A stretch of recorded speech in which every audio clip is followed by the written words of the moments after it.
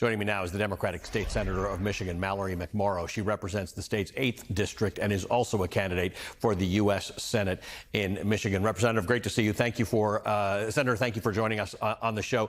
Let's talk about this.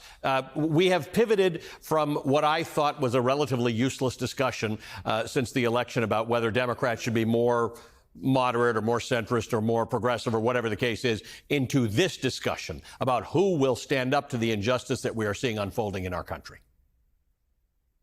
That's exactly right. This is a question of, are you going to fight or not? Do you care or not? People are scared and they are angry and they are hurting right now.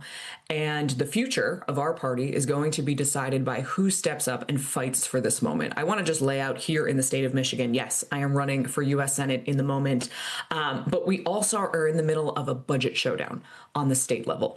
And buried in the House Republican budget that just came out, this is a narrow Republican House majority in our state, is boilerplate language that Matt Hall put into this budget that would require the Attorney General to seek legislative approval before filing any lawsuit against the Trump administration.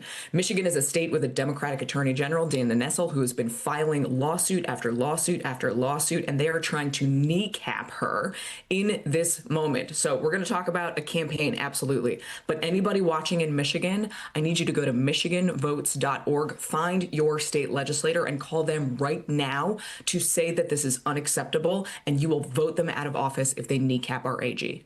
This is interesting because that is one way that Americans, in my opinion, are ahead of political parties in terms of protest. Part of it is the rallies. Part of it is the No Kings. Part of it is showing up at these town hall meetings. Part of it is calling your member of Congress, your state representatives, and telling them so that they hear it. I mean, night after night, we see example of people getting shouted down and having to leave their town hall meetings because their nonsense is not being bought by the voter.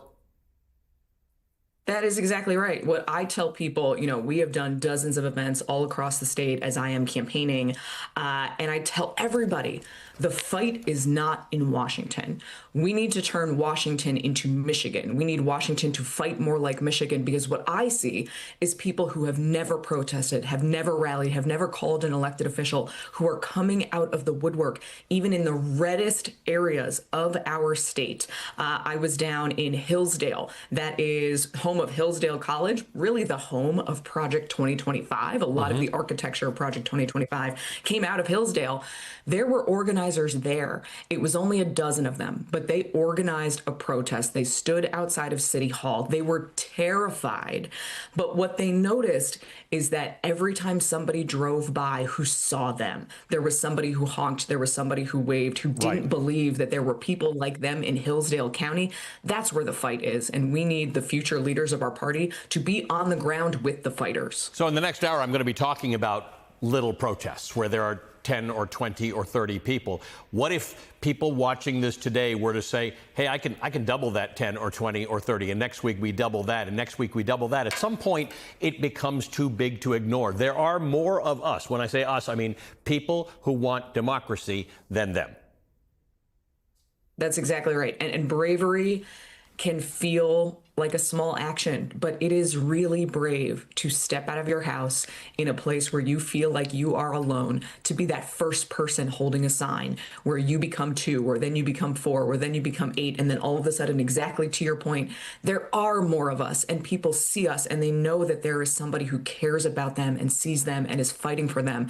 And that's how we win. That's how we beat this Republican attempt to gut our elections, to gut our institutions, and we take back power. And then, by the way, when we take back power, we need a party who is not afraid to use it when people give it to us. Yeah, let's just lean into that for a second, because there does seem to be a bit of a disconnect between, certainly at the Washington level, federal Democratic leadership and lots of people who might or might not be members of the Democratic Party, might not see themselves as Democrats, but they understand that there's one party left right now to be able to fight autocracy. Feels to me like people are ahead of the leaders. They 100% are. You know, I cannot tell you how many people, as I travel across the state, express just anger, outright anger at a party that for years fundraised off of the idea that Roe might fall, talking about reproductive rights. And then when they had all the power on the federal level to codify Roe, did they do it? No. They let Roe fall. They let the Dobbs decision come down, and it was up to states and people like here in Michigan who organized, who collected more signatures than for any other ballot initiative in state history to get reproductive rights onto our ballot, to codify it into our state constitution. People are screaming from the rooftops right now. We are fighting. Where are you?